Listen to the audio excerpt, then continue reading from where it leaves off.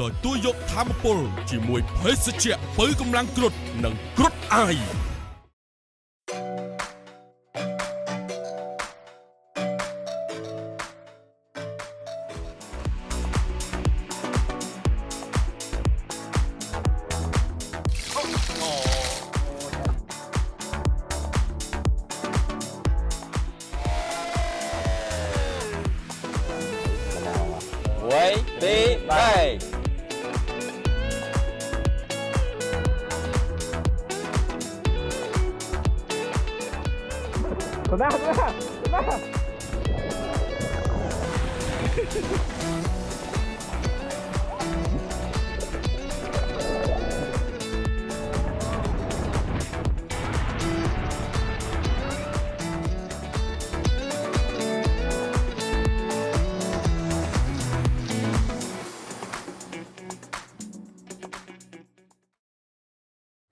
ជំរាបសួរប្រិយមិត្តទស្សនិកជនទាំងអស់គ្នាជួបគ្នាសាជាថ្មីជាមួយនឹងកម្មវិធីសាកថ្មជីវិត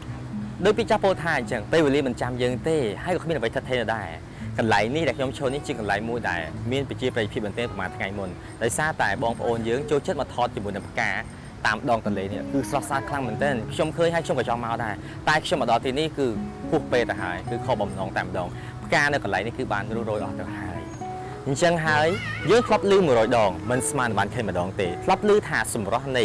កោះកុងក្រៅគឺស្អាតបរិយាកាសបែបធម្មជាតិក៏ដូចជាឆ្នេរខ្សាច់សក្បោះទឹកថ្លាដូចកញ្ចក់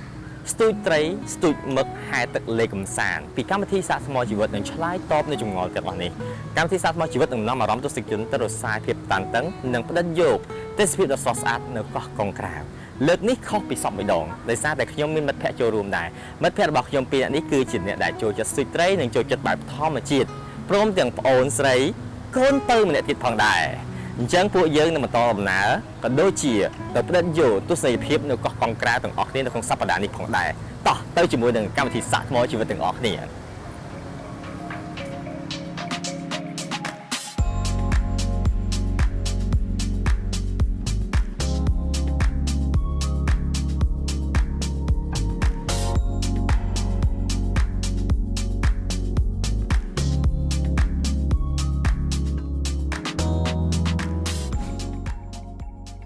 សួស្តីដល់គ្នាពេលនេះគឺពួកយើងបានមកដល់ចំណត់ទូកដែលយើងត្រូវជិះទៅកោះកុងក្រៅហើយថ្ងៃនេះគឺខុសប្លែកពីរាល់ដងដោយសារតែខ្ញុំមកលក្ខណៈជាក្រុមតែម្ដងគឺមានអ្នកចូលរួមរបស់ខ្ញុំគឺស្នាមានវត្ថាហើយនឹងមានអូនស្រីបើមានថាធ្វើមហោបាទធ្វើមហោបាទមកយកធ្វើមហោហ្នឹងនិយាយទៅអ្នកនរគ្នាខ្ញុំសូមណែនាំនេះសាក់ដឹកជំនាញស្ទូចត្រីនេះខ្ញុំមិនវត្ថាគឺជំនាញស្ទូចត្រីម្យ៉ាងម្នាក់វត្ថាបើស្ទូចមិនបានគាត់ទិញត្រីពីផ្សារយកទៅទៅស្ទូចត្រីដឹងយកតែទិញនុយឲ្យច្រើនទៅមកសតធ្វើមហោហ្មងសតធ្វើមហោខុសពីខ្ញុំមានជំនាញមួយទៀតជំនាញខុសពីអ្នកនរគ្នាហ្មងគឺជំនាញញ៉ាំត្រីលេងខូចបងប្អូនបើនេះវិញណាលក្ខណៈជំនាញគាត់គឺងងជាមួយត្រីអូងងបានត្រីមានទិញត្រីអីសគូអត់ប្រយ័ត្នអត់មហូបអត់អីធានាពួកបងឯងអត់មហូបមាននុយតើ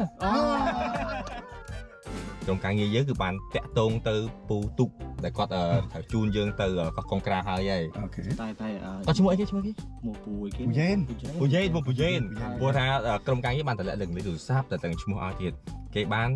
តាក់ទងហើយគាត់នឹងមកយកពួកយើងឥឡូវនេះប៉ុន្តែយើងចង់ប្រេងគាត់បន្តិចបើសិនជាយើងធ្វើជាមកក្រុមទៀតដែលបានកក់ទូគាត់ហើយចាំមើលគាត់មានអារម្មណ៍មិនដល់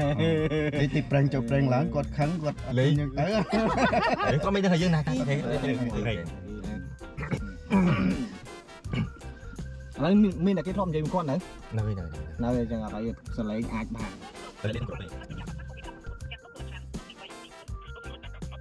នោះ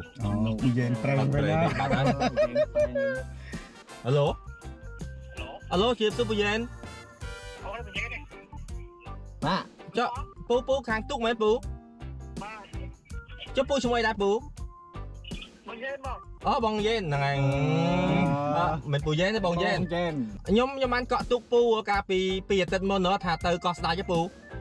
អូយតោះមកមិនតោះមិនកាត់មកអើយដល់ហើយចោលហើយអូយ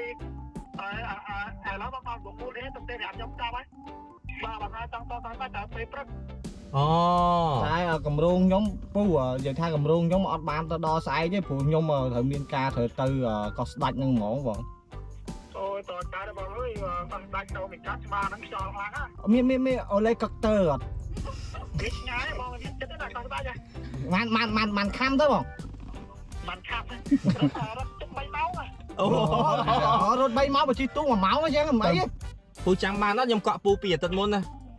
ចាំបានណាដល់ខ្ញុំចង់ប្រាប់ថាបើមកទេតែខ្ញុំមុនមួយថ្ងៃពីរថ្ងៃអញ្ចឹងណាដល់លឹងបងមកដល់ឆាវយើងខ្ញុំទៅមិនទៅទៅទេ ឥឡូវបងឯងអាចជួយខ្ញុំទៅបានប្រមាណឥឡូវនិយាយចេះវិញ ខ្ញុំទៅកងក្រៅ ឥឡូវជួយខ្ញុំទៅកកងក្រៅហើយសល់ម៉ាខ្ញុំហែទឹកទៅ យូរហើយទឹកមិនកាត់ លើថ្ងៃហ្នឹងពូឯងតនេទេអត់មានចេញទុកទេ តែនេះទៅឆ្លងឡងទៅបងណា បាទស្គាល់ហើយ បាទអូខេអរគុណបង អូ យុទ្ធសាស្ត្រទីសាមកមើល ទីផ្សារមកហើយទទួលក្រុមការងារយើងហើយមានកក់ទុកហើយយើងក៏ប្រេងគាត់ថាគាត់តនេគាត់អត់រវល់ទេគាត់មកកក់កងក្រាមមកគាត់ជូនទៅទៀតអូ អូយចាំឈ្មោះឲ្យពូយេន អីមិនទេបងយេន បងយេន ដល់បងយេន បងយេនបងយេន អូខេអ្នកចាំយើងទៅជួបមុខបងយេនទាំងអស់គ្នាជួយក្នុងការងាររបស់យើងហើយយើងធ្វើការទៅកក់កងក្រាមអូខេបាយសួស្តីអ្នកគ្នាឥឡូវពួកយើងបានមកចតឡានហើយយើងមកដល់ចំណតកោះកងក្រាមអូខេឥឡូវយើងមកដល់ពួកយើងតែយើងទៅមក មិនលើឃើញលៀងដែរមកនេះបងវាយពូយេន តាគេពួកយេនបង បងឲ្យលេខគ្នាគាត់ទៅមក អីខ្ញុំទៅកោះស្ដាច់តែខ្ញុំដល់ខ្ញុំមកកោះកងក្រាមទៅកោះស្ដាច់ហ៎ មកដល់ហើយ បាទចាប់បងយេនទៅពូយេន បងហៅបងបាទពូបាទ អេ ឥឡូវដាក់ឈ្មោះប្រកបទៅស្រួលហើយដាក់បង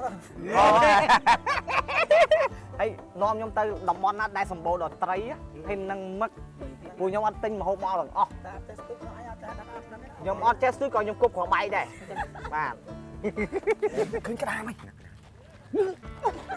អូគាត់ថាប៉ាកែនេះខូច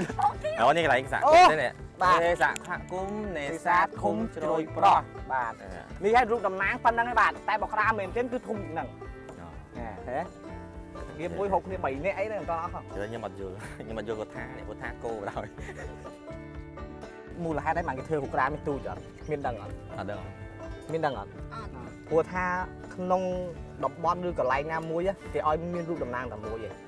បើហ៊ានធ្វើអានេះធំគេនឹងច្រឡំកែប កែបក្តាមសេះទេ ប្រភេទក្តាមឲ្យតែក្តាម ចឹងឯងនៅស្រុកភូមិឯងដាក់ក្តាមស្រែយើងធម្មតាទេ នៅស្រុកភូមិគេមានរូបតំណាងចង់ថាក្តាមគេឲ្យធ្វើធំជាងនេះទេឃើញកែបវាមានក្តាមសមុទ្រអាហ្នឹងគេថាក្តាមហី ចានេះក្តាមអី អានេះរូបតំណាងទូចទេចង់មានថាតំបន់នេះក៏មានក្តាមដែរតែក្តាមប្រភេទផ្សេង តែឯងដឹងអត់ថាពេលដែលមនុស្សយើងចេះដេកសម័យតែក្តាមមិនចេះសម័យ ហ្នឹងឯងថាហ្នឹង ក្តាមចេះតែសម តែស្មោហើយអាវាក្តាមទេតែស្មោហើយវាតែញ៉ៃវាឡើងសមាមតែឡើងសមាមហើយយើងគឺយើងញ៉ាំមិនកើតទេ អូអាហ្នឹងក៏ស្លែទៅចា អូខេឥឡូវនេះគឺយើងកំពុងតែនៅផ្លូវដើរទៅចំណុចទឹកហើយអូយក៏ផ្លូវទីនេះគឺផ្លូវវង្វេងស្ទើរខ្ញុំពងបកក្តាមវ៉ាវបកបានមកថងអី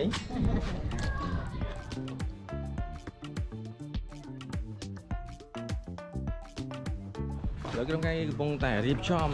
ដាក់អីវ៉ាន់ចូលទូពូយ៉ែពូបងបានពូបាន បងអីបងយេន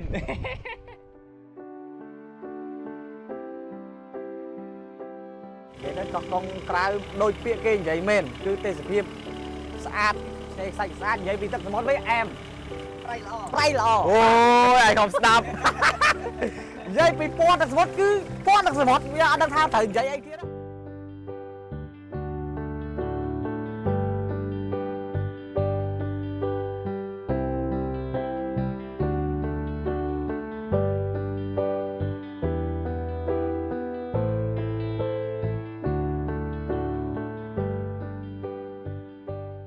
Hello ឆ្កែសមុទ្រ ឆ្កែសមុទ្របាទឆ្កែសមុទ្រ នេះឆ្កែសមុទ្រពណ៌សនេះឆ្កែសមុទ្រពណ៌ខ្មៅ ឆ្កែធម្មតាឆ្កែសមុទ្រនេះអូម្ចាស់ទឹកដីហ្នឹងអូម្ចាស់ទឹកដីហើយ ពួកខ្ញុំបានមកដល់កោះកងក្រៅ បាទហើយមកនេះគម្រោងធំនៅបាទគឺគម្រោងគោលដៅគឺជួយយុទ្ធសាស្ត្រមុនអាធំផុត បាទ ខ្ញុំសុំត្រីតកែហើយនឹងមឹកបានហើយបាទខ្ញុំ បាទខ្ញុំសាមុនព្រោះខ្ញុំយកវ៉ាសាប៊ីមកហើយអញ្ចឹង និយាយទៅបើខ្ញុំវិញសូមឲ្យតែស្ទួចបានទៅបានហើយ បងកូនចាំញ៉ាំឥឡូវដល់កូនចៅសុំត្រីសាមុនមួយមកគ្រូសាគ្រូនិយាយថាអូគេអាចចៅឲ្យយកដឹកឲ្យយកត្រីសាមុនមួយយកទៅឆ្អាំងទៅអូខេបានហើយតា ត្រូវមើលកន្លែងបោះតង់វិញ អូកន្លែងបោះតង់វិញព្រោះថាទេសភាពនៅនេះស្អាតមែនទែន អូខេសម្រាប់ថាបោះតង់កន្លែងណា អូខេតែឥឡូវយើងទៅ វាចាំបានអូខេដល់គ្នាឃើញអត់ឲ្យជុំគ្នាគឺអញ្ចឹងហើយពួកយើងបានចំណាយពេលប្រហែលជា2ម៉ោងជាងទើបយើងជិះទូកមកដល់ឆ្នេរកោះកុងក្រៅទី3គឺកន្លែងនេះពិតជាសោះសាមទេបាទទឹកវិញគឺថ្លាដូចកញ្ចក់អញ្ចឹងហើយកន្លែងនេះភាគច្រើនគឺជាទេសចរចូលចិត្តស្នាក់នៅសារតែមានទឹកស្អាតហើយក៏មានបង្គន់អនាម័យផងដែរហើយគេចិត្តបោះតង់នៅកន្លែងនេះសារតែឆ្នេរសាច់គឺពណ៌សក្បុកតែម្ដងចំពោះនៅកន្លែងនេះគឺឆ្នេរកោះកុងក្រៅទី3ក៏មានឆ្នេរកោះកុងក្រៅទី4ទី5តទៀតដែរអូខេយប់នេះយើងនឹងស្នាក់នៅទីនេះ